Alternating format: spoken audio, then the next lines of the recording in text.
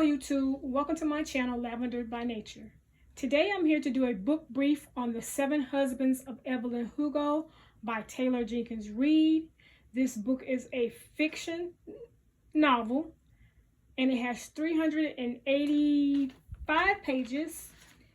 It is a coming of age story of a young woman who leaves her New York home, travels to Hollywood, and seeks fame and fortune. The book was published in 2017. It was a popular book when it was released and had great reviews. I found this book used at my local Friends of the Library for $1. And so let me go into the 3 things I disliked about the book, and I'll also talk about the 3 things I liked about the book. So my first thing that I disliked about the book was the plot line. I don't feel like the plot line was original at all in this book. You hear about these type of things all the time, present day, real life, someone leaving their hometown, small hometown, situations, going to Hollywood, looking to become a star. Some make it, some don't. How have you? This plot line is not original, so I did not like that. The second thing I didn't like about the book is the main character, Evelyn Hugo, was portrayed as this go-getter, this boss, this feisty woman, female, that got what she wanted when she wanted it, and that was her goal, and she achieved it. I didn't like that it basically made Evelyn a one-trick pony throughout the book. The way she lived her life, the way she started it out, is the way she lived it, and that's the way it pretty much played out throughout the book. There was no growth in Evelyn's life story, according to the book, to me. There was a lot of chaos, a lot of plotting, and a lot of just going, down the same path over and over again. How have you? Almost 7 times. Another thing I disliked about the book is that this book was based in the 50s, and it was supposed to give you a touch of old Hollywood. And I feel like the author did not play into that very well. I would have loved to see what the socialite was like, or the social life was like in old Hollywood, 1950s. What an extravagant side of Hollywood, old Hollywood, would have looked like. What were their expenditures? What were their luxuries? What were their tastes? What did Evelyn like? What did she do day to day? How did she spend all of this money that she had?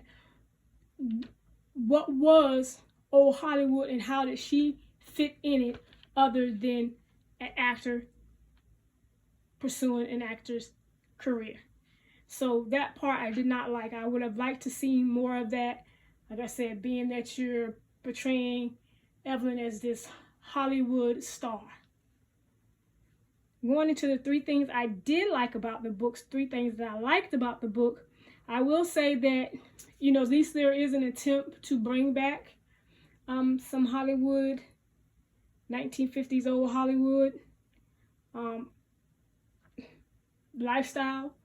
And for me, when I first read this book, the first chapter or so, my thoughts went into an old actress by the name of Zsa Zsa Gabor.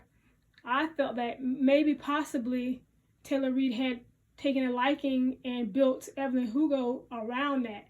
Maybe not exactly, but there are some similarities. Zsa Zsa Gabor was a blonde. She was an actress and very popular in the 1950s. She was beautiful. She had married 9 times, and she had 1 child. She was bold and sassy, and she was well known in Hollywood. She was a Hollywood starlet. So she embodied some of the Hollywood glam that I would have liked to have seen in this book.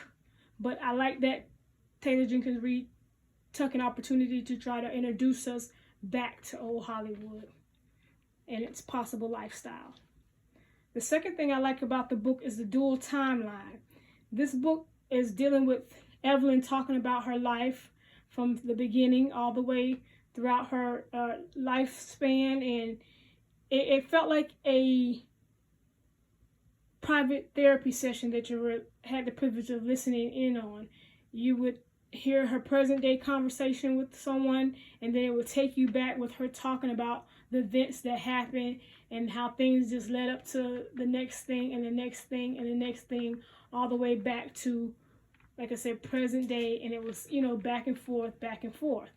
I also like how the author played into the gossip columns and tabloids in this book as well. That was a fun little added thing to the book. That was really cute. I enjoyed that a lot. And the third thing I like about this book is that I mentioned I found the book used for $1. And I know when it came out, it was all the hype.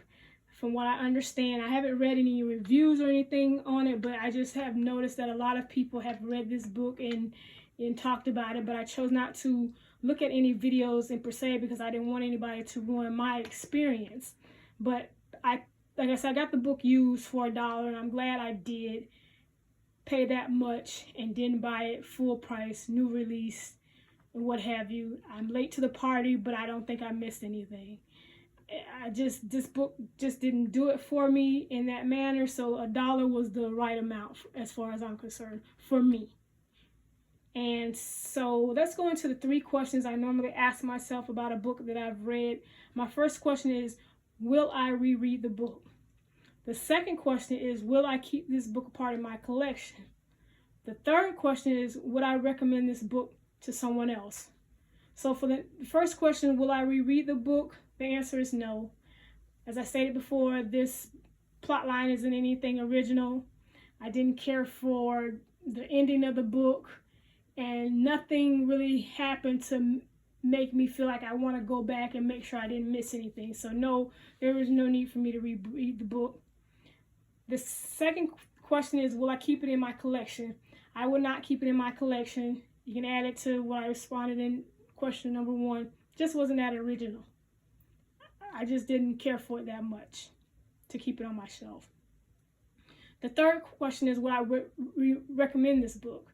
And the answer to that is no as well. Just wasn't anything that drew me in, that got me excited, that I felt like I need to tell someone else about it.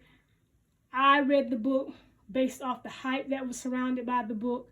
I wanted to see where it went, and where it went I didn't like. So yeah, I just want to add too that I also own a book that I got used by Taylor Jenkins Reid called Daisy Jones and the Six, but at this point I'm going to hold off from actually reading that book just to give myself time to get away from my experience that I had with The 7 Husbands of Evelyn Hugo. I do want to give Taylor Jenkins Reid writing another chance, but I think I'm just going to take a little time between these 2 books to see if I get a different experience. Because if I have to go by what I experienced on this one, I probably wouldn't read anything else by her. But seeing that I already have the book, I'm going to read it, but I'm just going to take some time before I actually start reading it, just to see if I can maybe just clear my thoughts out away from this first book I read by her. So this is the end of my video. I want to thank you for watching. If you have any questions, comments, please feel free to leave them below. And as always, have a nice day.